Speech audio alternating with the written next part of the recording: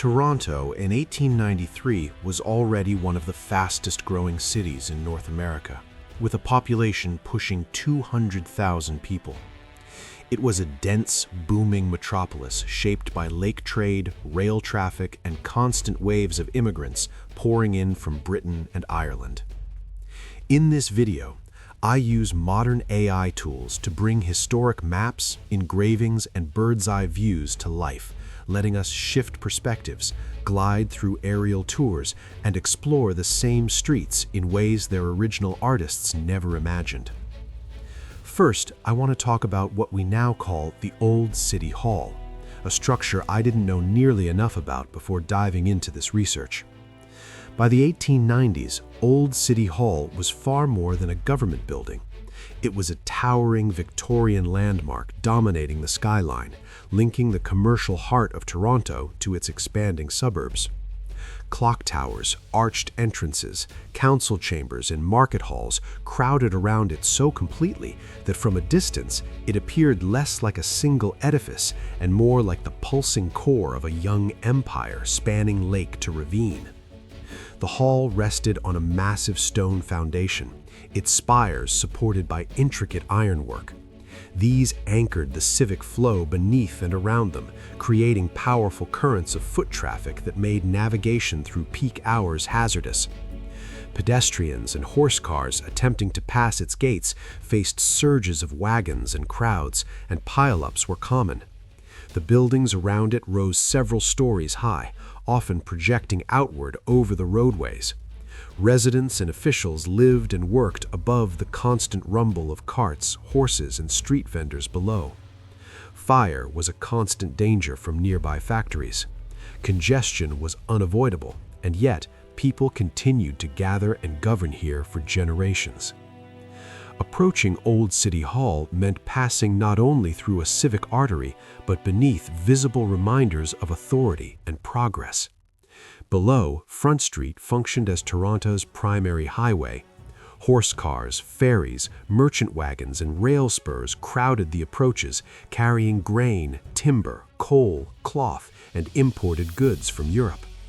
The streets connected Toronto to Canada's interior, to the Great Lakes, and to the wider Atlantic world, making the hall a point where local life and global trade intersected. In harsh winters, the jammed streets around it could turn to ice rinks. During these rare periods, the roads briefly transformed, with people skating and gathering amid the snowdrifts below the towers, a striking contrast to the chaos the city usually presented. This view shows the eastern entrance to the hall, approached through the bustle beside St. Lawrence Market, visible to the left. By the early 1900s, the old structure had grown too cramped for the exploding population, and officials decided to expand and remodel around it. And between 1890 and 1900, the narrow lanes that had crowded Old City Hall for decades were gradually widened. Although the engravings date from the 1890s, they depict a hub that had already shaped Toronto for generations. Remarkably, this is a site you can still visit today. What makes Old City Hall remarkable is not only its architecture, but its endurance as lived space. It functions simultaneously as government seat, marketplace, gathering point, and symbol. Mayors and merchants crossed its thresholds, traders and laborers worked within it, and newcomers arriving in Toronto first encountered the city's pulse at this grand entrance. Old City Hall was crowded, noisy, and often muddy. It slowed traffic, bottlenecked commerce, and posed constant risks to those who lived and worked around it. Yet, for decades, it remained indispensable. Until the streetcar era fully took hold, it was the central anchor for movement east or west across the core, making it unavoidable for anyone navigating the Queen City. This is St. Lawrence Market in the heart of 1893 Toronto. Long before it became the iconic food hall of today, it stood as the chaotic soul of commerce on Front Street, originally laid out since 1803 as a private market amid open fields and docks. At the time, this area marked the boundary between the waterfront warehouses and the growing downtown beyond. a reminder that even as the city densified, its markets were still the lifeblood tying farms to factories. In the summer of 1893, Toronto buzzed with one of its most transformative booms. What began as steady immigration quickly swelled through waves of Irish and Scottish arrivals, their narrow boarding houses and crowded tenements turning neighborhoods into unstoppable engines of growth. The first image shows Yonge Street jammed with horse cars and milk wagons, St. Lawrence Hall visible in the distance, its clock already ticking toward expansion. Soon, even this vital market would strain under the weight. The second view looks across Front Street near Union Station on a busy Saturday. Toronto appears as a continuous hive of carts and vendors. To the left stands the market proper, while to the right, the harbor piers narrowly handle the influx. Old City Hall looms at the center of the bustle. In just a few years, much of the old market layout was reshaped and rebuilt, forcing the city to expand, modernize, and grow again. Rising above the streets, the Gooderham and Worts distillery in the 1890s stood at the center of industrial power. By this time, it functioned as a factory complex, a whiskey empire, a job magnet, and one of the most vital economic engines in Upper Canada. High-output stills accused of dominating the skyline were run within its walls. The distillery also housed barrels, machinery, and even export crates, reinforcing its role not just as a workplace, but as a cornerstone of Toronto's boom. This scene shows King Street in 1893, one of Toronto's most important commercial stretches during the daily rush of merchants as they streamed toward Eaton's, as shoppers and traders flocked to Board of Trade meetings. King Street was not just a thoroughfare, but a stage for economic display, lined with banks, hotels, and temporary stalls for market days. At the center stands the Rawson House, a familiar landmark and gathering point. While constables, vendors, and crowds fill the street beneath the commerce, moments like this reflected growing industrial and immigrant tension as factory shifts and rail arrivals unsettled a city already surging toward federation.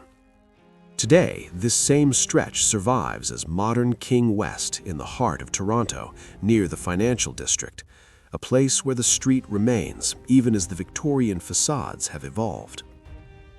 This image shows the civic and commercial complex of Union Station in 1893, viewed from across Front Street at a moment when Toronto itself was deeply expanding. On the left stands the old station house, the gateway to rail and the center of transport power. By the 1890s, it had become the focal point of growing connections between the prairies and the lakes, especially during the years of rail expansion. Just beside it rises the streetcar barn, one of the oldest and busiest hubs of horsepower, used for loading, repairs, and daily dispatches. Its vast yards symbolizing civic progress long before it became a stage for electric lines. To the right dominates High Park entrance, the green heart of the city. For years, it had served as the site of fairs, outings, and the breathing space for urbanites, reinforcing the natural dimension of growth. In 1893, the park stood amid expansion as economic divisions reshaped Toronto's layout. At the center of the scene are the market stairs, a busy landing where farmers arrived and departed by wagon. In an age before subways and highways dominated travel, the streets functioned as Toronto's main artery, carrying merchants, workers, immigrants, and citizens directly to the doorstep of opportunity. This etching shows the Massey manufacturing works in 1893, then the largest farm implement maker in Canada and the primary exporter to the American Midwest. From these factory gates, foremen and shipments arrived by rail, underscoring the streets as Toronto's main route of industry and trade at the heart of the Victorian boom. Stretching along the Don Valley, Massey was not a single plant, but a vast complex of forges, assembly halls, and warehouses where manufacturing was conducted. Most of the old site was repurposed by the 20th century, and today only traces survive, standing as the last remnant of what was once the center of agricultural might. This is Rosedale in the late 19th century, one of the most important elite enclaves outside the core. Originally laid out by magnates on the site of former farms, Rosedale became a favored retreat for tycoons and premiers, offering cleaner air and views away from the crowded factories. It was here that Timothy Eaton planned expansions, marking a shift from trade to legacy. Over time, the villas expanded and modernized, and today its ravines form part of modern Rosedale, with only echoes of its gates and gardens surviving beneath the upscale homes and trails. Standing here, looking back at these moments, it's hard not to feel how close the past really is.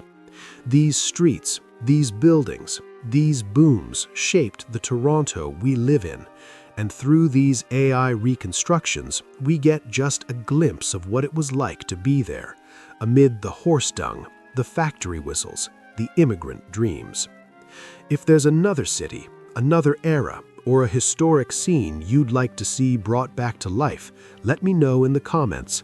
I'd love to keep building this journey into the past with you. Thanks so much for joining. Subscribe for more.